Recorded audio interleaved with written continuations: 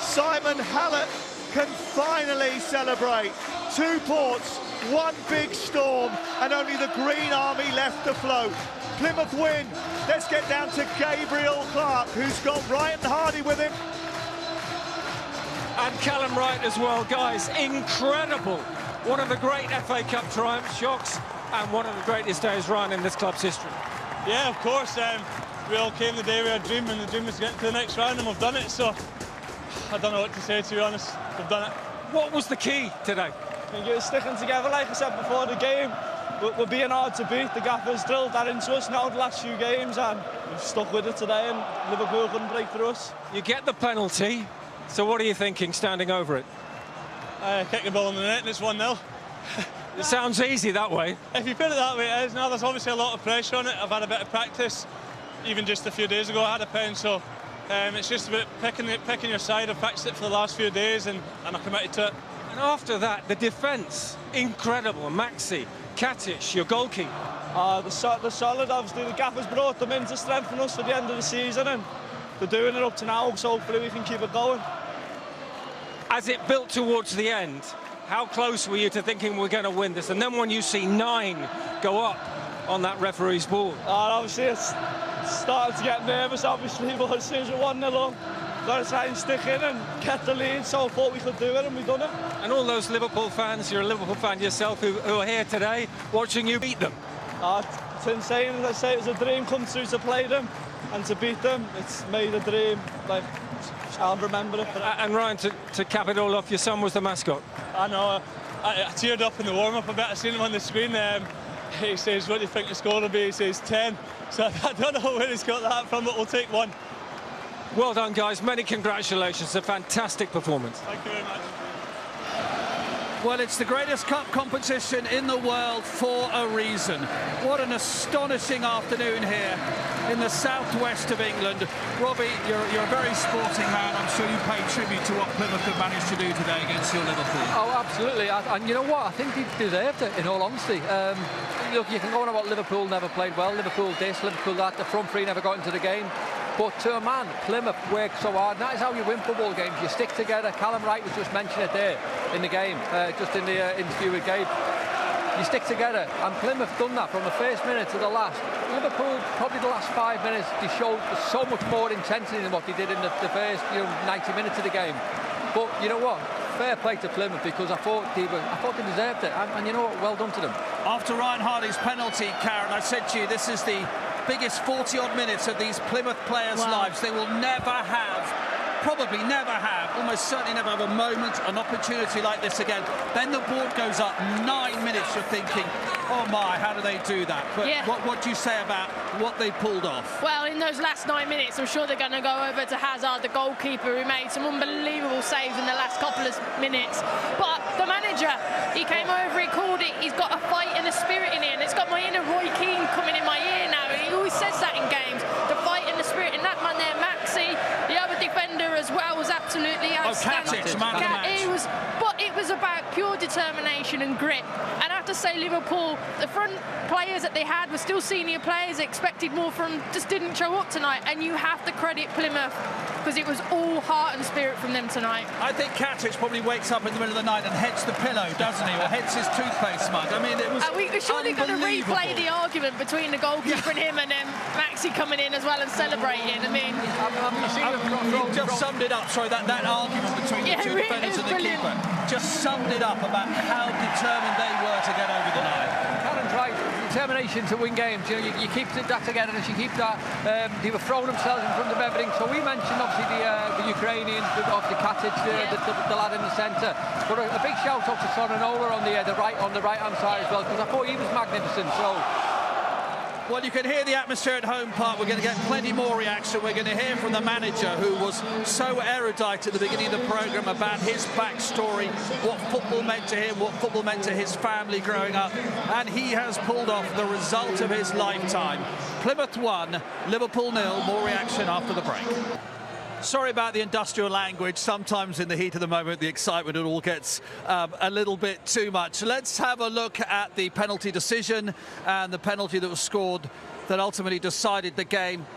No VAR here. The referee, Sam Barrett, on the spot. And we all know if you put your hands above your head, Karen, the chances are a penalty is going to be given against. Yeah, I mean, I don't think there was any doubt from any of us here, and you don't need that VAR for that decision. The referee was in a good position, as you can see from there, and straight away gave it, and then you could hear it in the ground, the anxiety then in the Liverpool players, and Ryan Hardy, the man you wanted to step up, scored 2 against West Brom last week, and this is his 3rd now in a week, so brilliant finish from him.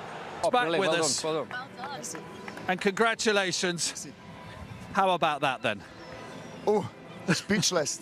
And normally they told me I'm eloquent. Yeah. So it's a big moment for us. It's a big day.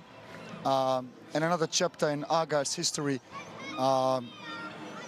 showing this performance, showing this, we spoke about is the desire to defend, the joy to defend. It's Liverpool. They will be on you. I think the lads did it fantastic. And there was a clarity about your message. I think there is a clarity about your message every game now, isn't there, about how you want to play, and by playing that way, what you can achieve as a club. Would that be fair? I think that's a fair comment, because I said also that at my first day here at Argyle, it's about clarity and structure. It's not about turning things around quickly. It just can get a mess, and I wanted to structure this team together with the staff, to organize this team, to fill this organization with intensity, and you are just competitive, and you can be, yeah, hard to beat, and we showed this also this afternoon. You said you got goosebumps watching the Brentford match when you hadn't actually officially taken over. So what were the goosebumps like at the final whistle then here? A big moment. And I think I will realize this a little bit when I'm just, leaving Argyle, leaving here the stadium, coming to my apartment. Then I have a moment to breathe, a moment to realize, and it's the game we love. And those moments sometimes we as coaches just miss, and I want also to enjoy. I was just going to ask you, we mentioned before the game, your team before this had conceded 63 goals. Mm-hmm. Your goalkeeper, your centre-backs, like, how they were unbelievable. Like, what did you say to them? How did you...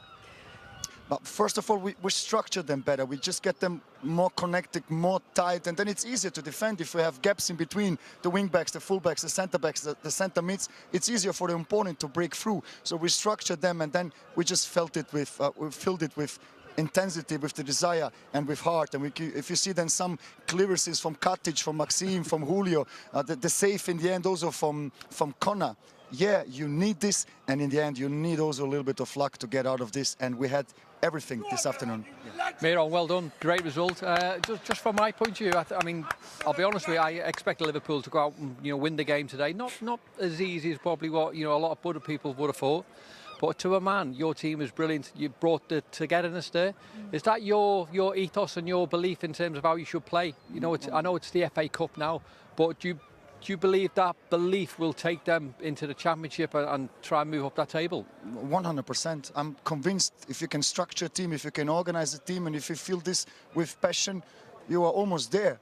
And you are competitive, and this is what we need also, just to be competitive, so we can collect points. It's a magical day for us, no doubt. I told those of the lads in the locker room, enjoy it.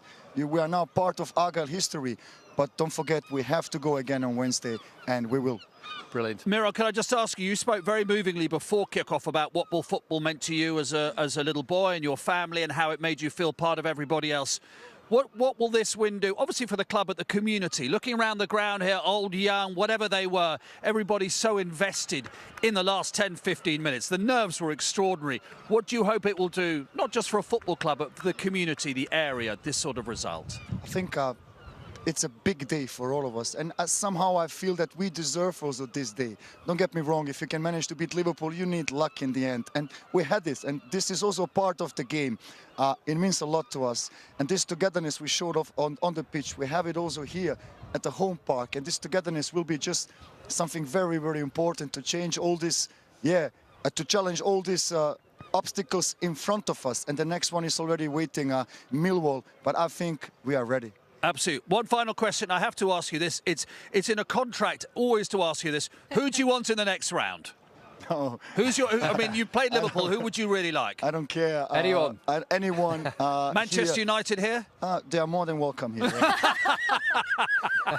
And they know what sort of game they'd have. Thank you. Been great to talk to you today. Thank you very much indeed. Right, that's all about Plymouth Argyle, and Are so good for so much of this season. So how do you explain today? Great game from Plymouth. Good game plan. They deserve all the credits for their performance today. And we were not having a very good day. Yeah, and then a result like this is the outcome. You talked about the game. First of all, the priority to fight, to earn the right to play to a degree. And was that where the problems were at times too? No, I don't think I can say the boys didn't fight, because it was a fight for 100 minutes, something like that. I think both teams hardly created any chance, and then the game is decided by a penalty that was awarded correctly, because he had his arms above his head. But yeah, in a game like this, where two teams hardly have any chance, hardly aren't able to find any openings, especially if a team has not played with each other so many times. But we expected them, of course, to play a better game than this. But again, we have to give credits to Plymouth as well. Will it hurt those players today, obviously? Will hurt, won't it, going out today in the way that they have? I think it hurts everyone that's involved in Liverpool, fans, me, players. We were all wanting to be in this competition for as long as possible, and if you go out in the first possible game, that's a setback. And what has to be the reaction? Actually, what I've seen today as well, but and what I've seen this whole season. Also today, they kept on fighting till the last second. Maybe the only chances we created were in the last 10 to 15 minutes. So it wasn't a work rate problem. They just worked really hard, but they couldn't find openings. They couldn't find chances. And yeah, we just have to keep doing the work rate the same, but have to be a bit more creative in the upcoming games. Thank you, Arne. You're welcome. very gracious Arne Slot, and accepts it was a penalty. Robbie, I'm going to answer my own question here. No worries about Wednesday night in the Merseyside derby for a hangover, is there? All the big boys will be back. Well, for a start, he can't afford it, can he? So, yeah, I don't think there will be. We know it's going to be a lot of change. And in a silly sort of way, it's probably done them a favour, because you know, you can't take anything for granted. You know that you've got to go out there, you've got to work, you've got to sort of make your own chances, you've got to create your own, you know, your own winnings as your own style, whatever it takes. Of course, and it was tough today for Liverpool. But I mean, what I will say, the beauty, I mean, we love the FA Cup, but the beauty of this is, I mean, Miron Muslik has just showed that you can win anyway. Last word, Plymouth, well done them. A day to remember, isn't it? Oh, it was a shock of the weekend for us, wasn't it? So credit to them. I think Arne Slot even said that they deserved it today. So on to the next one for them. On to the next one. And for us, thank you very much, both of you.